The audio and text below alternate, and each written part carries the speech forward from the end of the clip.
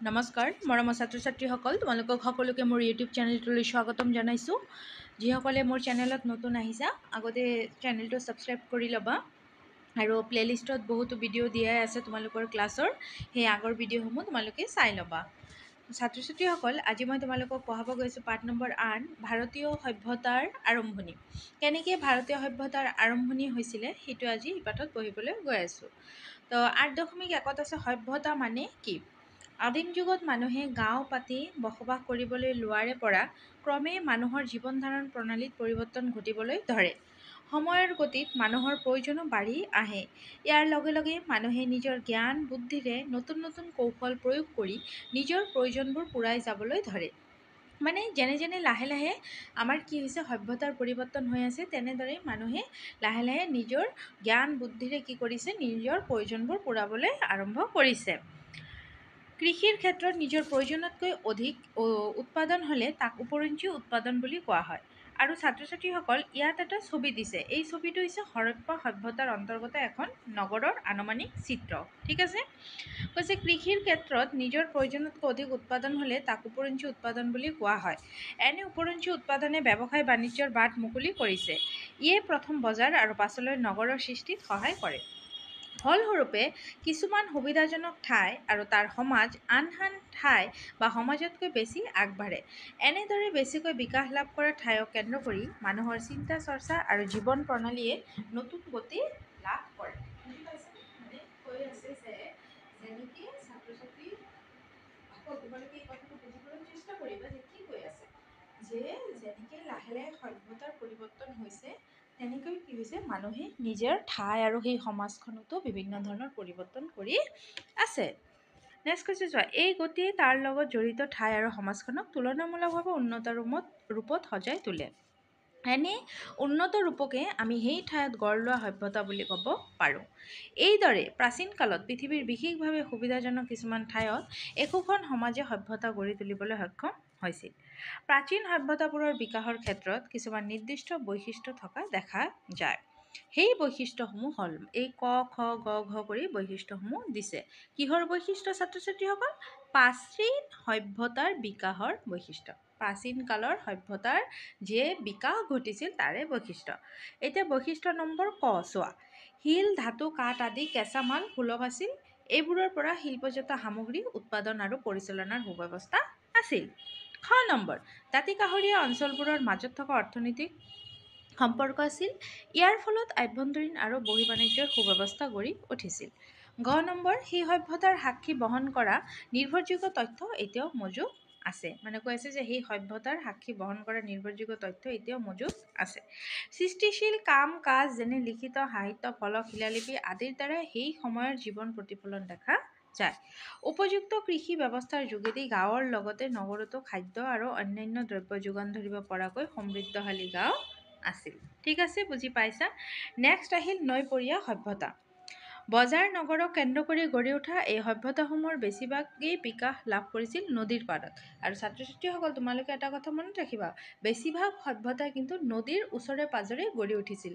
কি অজানা? কাৰণ পানীৰ সুবিধা, কৃষি কাৰ্যৰ সুবিধা, এইবিলাক কাৰণতে কি হৈছিল, বেছিভাগ মানে নদীৰ সভ্যতাসমূহ সুবিধা থকাৰ কাৰণে নদীৰ পাশতে গঢ়ি উঠিছিল।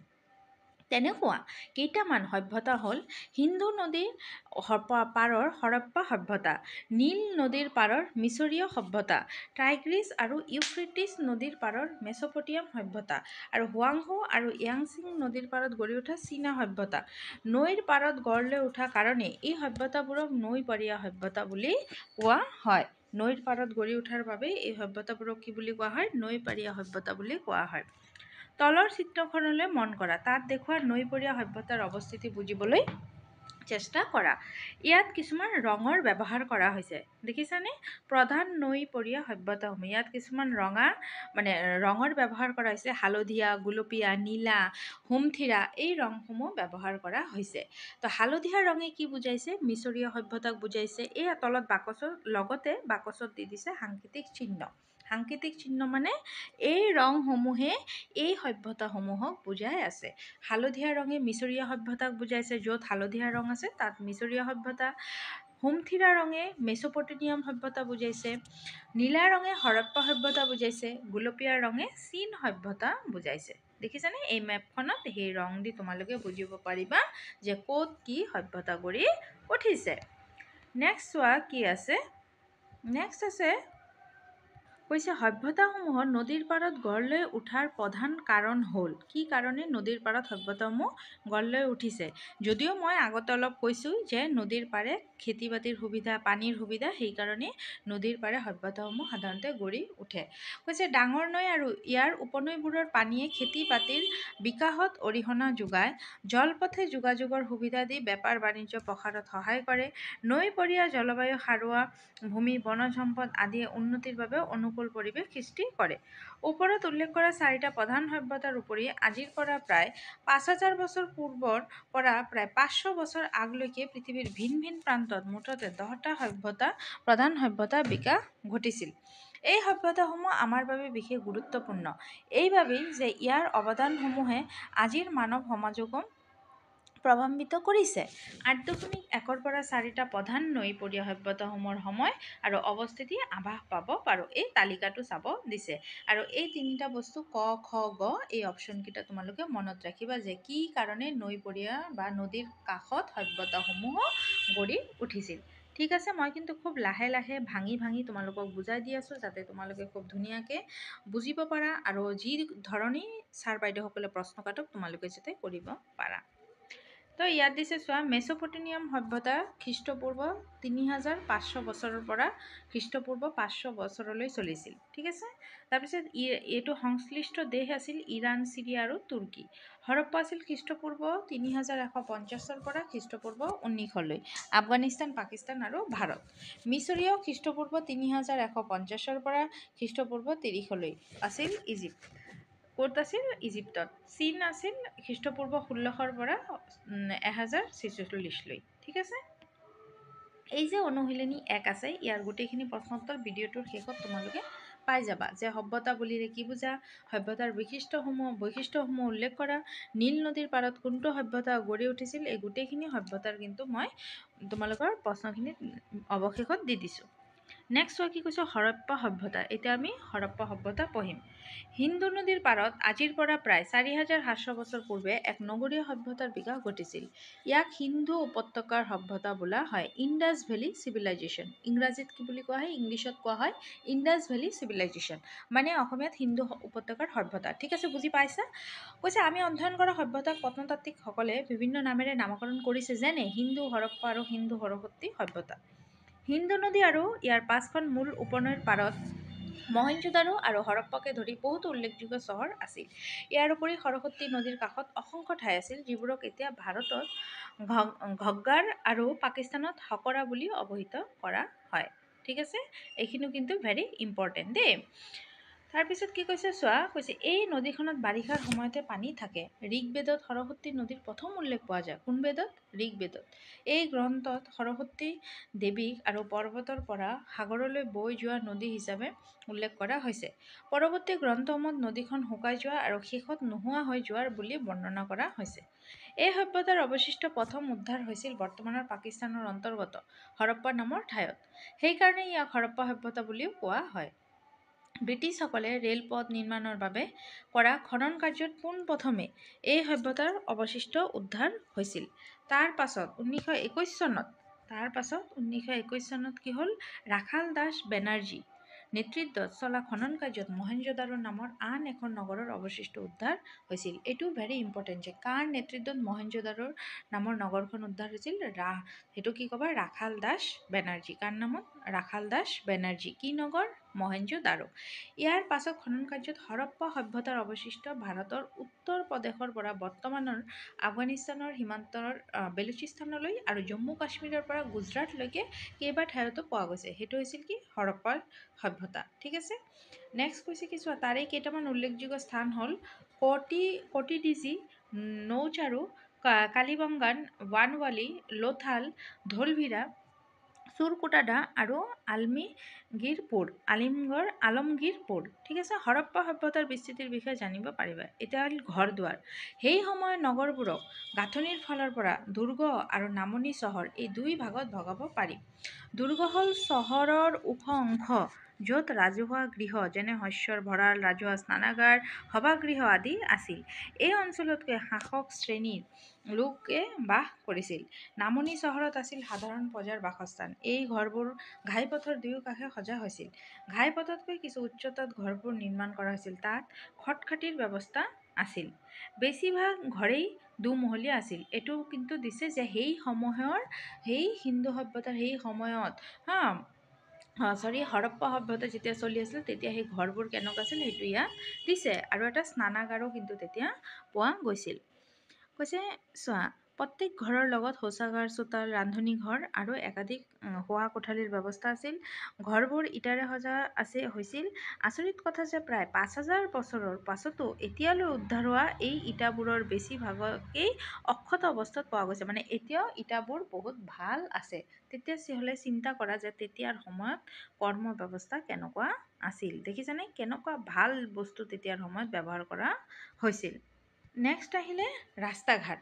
হৰপ্পা সভ্যতাৰ অন্তৰ্গত চহৰবোৰৰ এতিয়া ৰাস্তা ঘাট কেনেকুৱা সেইটো আমি ইয়াত পঢ়িম।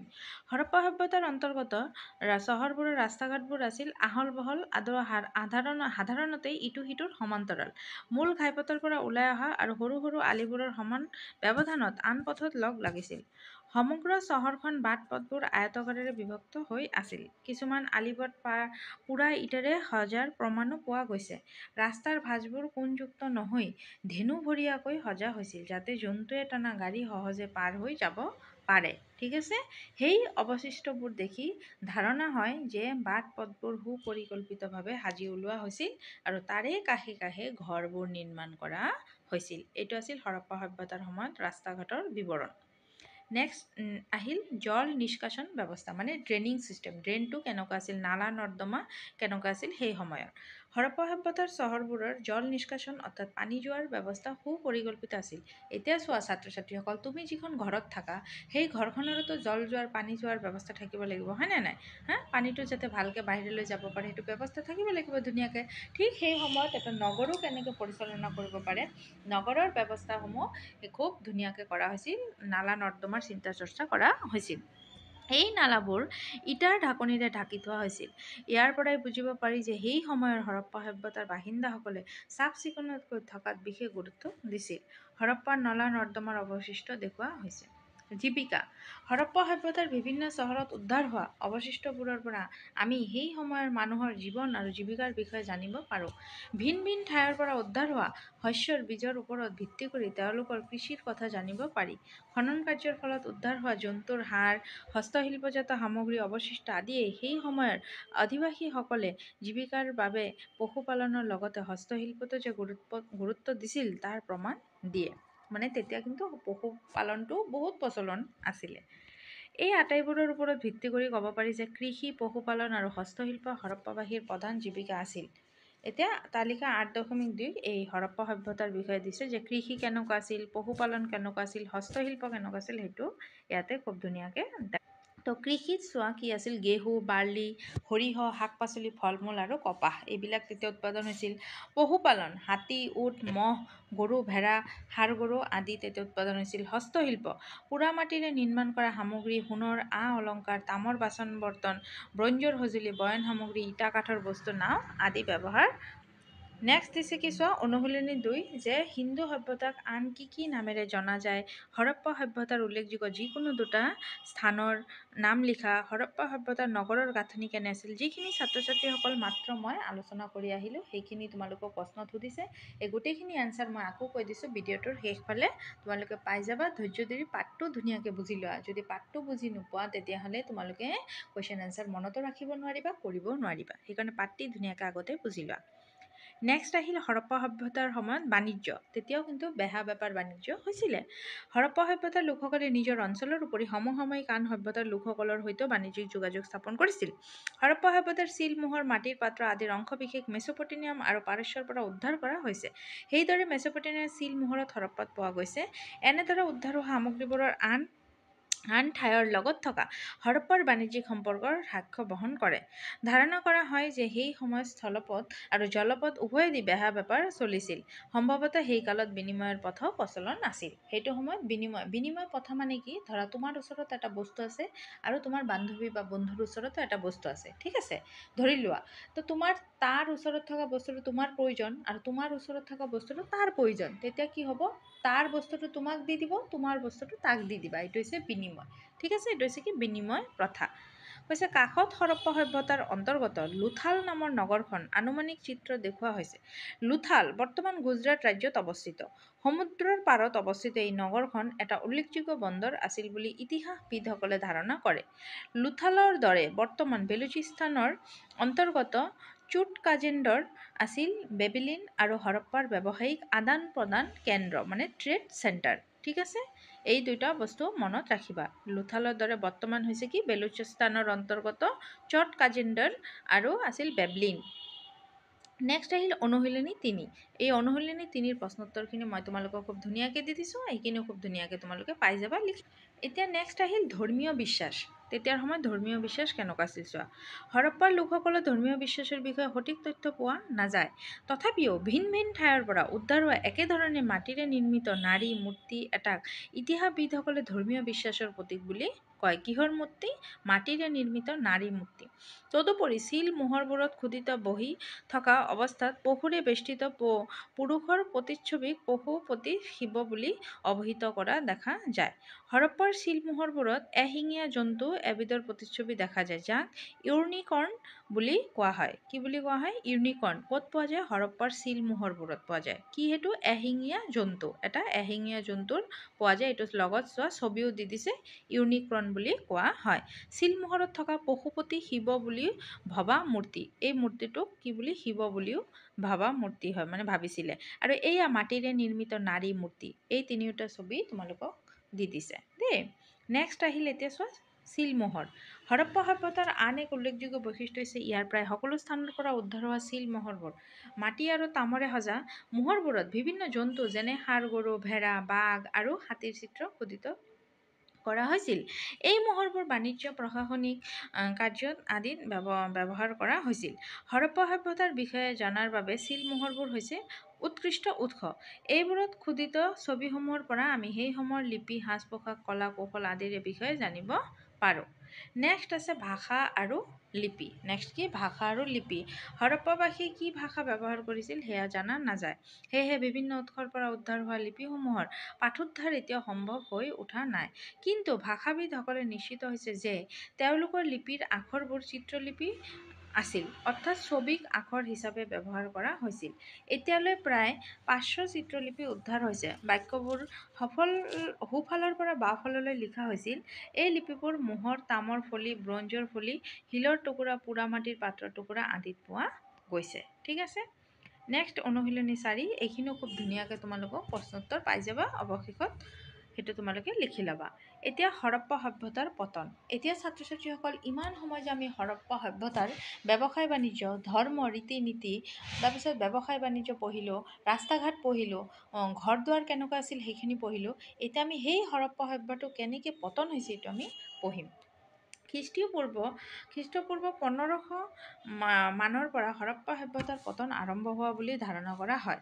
ইয়াৰ মূল কাৰণ এতিয়াও জনা হোৱা নাই যদিও এই ক্ষেত্ৰত নানা পণ্ডিতে নানা যুক্তি আগবঢ়াইছে। তাৰ ভিতৰত উল্লেখযোগ্য কাৰণ কেইটামান হ'ল এইকেইটা: ভূমিকম্প অথবা বানপানীৰ নিচিনা প্ৰাকৃতিক দুৰ্যোগ, জনসংখ্যাৰ বৃদ্ধি আৰু সীমিত সম্পদে লাহে লাহে আৰ্থিকভাৱে জুৰুলা কৰা পৰিস্থিতি, সিন্ধু নদীয়ে গতি সলাই খেতিপথাৰ বিনষ্ট কৰা, প্ৰাকৃতিক কাৰণত হোৱা জলবায়ুৰ পৰিৱৰ্তন, সমগ্ৰ অঞ্চলটোক মাটিৰ গুণাগুণ নষ্ট কৰা, বহিৰাগত শক্তিৰ আক্ৰমণ, এইবিলাক কাৰণতেই সেইটো সময়ত হৰপ্পা সভ্যতা পূৰা পতন হৈ গৈছিল। নেক্সট কি কৈছে চোৱা, প্ৰাচীন সভ্যতাসমূহে আমাক সেই কালৰ প্ৰাকৃতিক পৰিৱেশ আৰু মানুহৰ মাজৰ সম্পৰ্কৰ আভাস দিয়ে। ইতিহাসৰ একোটা বিশেষ কালত, একোখন বিশেষ ঠাইত মানুহে কেনেকৈ উন্নতিৰ শিখৰত উঠিছিল আৰু পৰৱৰ্তী কালত কেনেকৈ মানুহৰ পতন ঘটিছিল তাক জনাৰ সুযোগ দিয়ে। হৰপ্পাৰ দৰে প্ৰাচীন সভ্যতাসমূহ প্ৰচলিত নগৰ পৰিকল্পনা, হস্তশিল্পৰ বিকাশ, কৃষি ব্যৱস্থা আদিৰ পৰা আজিও আমাৰ বহুতো শিকিবলগীয়া আছে।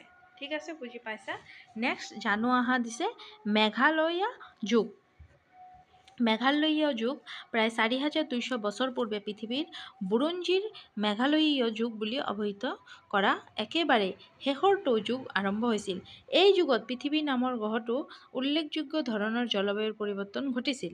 ইয়াৰ ভিতৰত ভয়াৱহ খৰাং অৱস্থা আছিল অন্যতম প্ৰধান পৰিঘটনা, যাৰ ফলত হিন্দু উপত্যকা, মেচোপটেমিয়াম, ইজিপ্তীয় আদি সভ্যতা বিশেষভাৱে ক্ষতিগ্ৰস্ত হৈছিল। কাৰণ জলবায়ুৰ পৰিৱৰ্তন হৈ গৈছিল না, খৰাং দিলেও অট'মেটিক কি হ'ব, নদীবিলাক শুকাই যাব, সেইকাৰণে সেইটো সময়ৰ পৰিৱৰ্তন হৈ গৈছিল। এনে খৰাং অৱস্থাত বহুতো প্ৰাচীন সংস্কৃতিৰ সমাপ্ত ঘটিছিল আৰু মানুহক নতুন জীৱন প্ৰণালী গ্ৰহণ কৰিবলৈ বাধ্য কৰাইছিল। মেঘালয় যুগটো প্ৰায় 11700 বছৰ পূৰ্বে আৰম্ভ হোৱা হলচিন যুগৰ এটা অংশ। বিজ্ঞানীসকলে গুহাৰ ভিতৰৰ প্ৰাচীন ষ্টেলেকাইটৰ আৰু ষ্টেলেগেমাইট অধ্যয়ন কৰি এই যুগৰ অস্তিত্ব নিৰ্ধাৰণ কৰিছিল। এনে অধ্যয়নে প্ৰাচীন কালত ঘটা জলবায়ুৰ পৰিৱৰ্তনৰ সাক্ষ্য দিয়ে। ছাত্ৰ ছাত্ৰীসকল, অনুশীলনী 5ত যিখিনি প্ৰশ্নোত্তৰ আছে গোটেইখিনি প্ৰশ্নোত্তৰ তোমালোকক দি দিছোঁ, সেইখিনি খুব ধুনীয়াকৈ তোমালোকে নিজৰ বহীত লিখি ল'বা। এই প্ৰশ্নোত্তৰখিনি খুব ধুনীয়াকৈ নিজৰ বহীত লিখি ল'বা আৰু ভিডিঅ'টো চাই কিন্তু ভাল লাগিলে কমেণ্ট ছেকশ্যনত জনাবা কেনেকুৱা লাগিছে পঢ়ি পেলাই, আৰু লাইক, শ্বেয়াৰ, ছাবস্ক্ৰাইব কৰি দিবা। যদিও ভিডিঅ'টো দীঘল হৈছে, কিন্তু তোমালোকে যদি ভিডিঅ'টো ভালদৰে চোৱা তেতিয়াহ'লে কনচেপ্টটো খুব ধুনীয়াকৈ বুজি পাবা আৰু মন দি 2-3 বাৰ ভিডিঅ'টো চালে তোমালোকৰ গোটেইখিনি পাঠৰ মূল বিষয়বস্তুখিনি মূৰত সোমাই যাব, কিন্তু খুব ভালকৈ ক'ব পাৰিবা। ইয়াত কনচেপ্ট মেপ দিছে, ধাৰণা চিত্ৰ, মানে এই পাঠত কি কি পঢ়িলা, কেনেকৈ পঢ়িলা সেইখিনি দিছে। ঠিক আছে, এতিয়া কুৱেশ্যন এনচাৰখিনি চাই লোৱা। আহা আমি একেলগে চাওঁ কুৱেশ্যন এনচাৰখিনি কেনেকৈ দিছোঁ।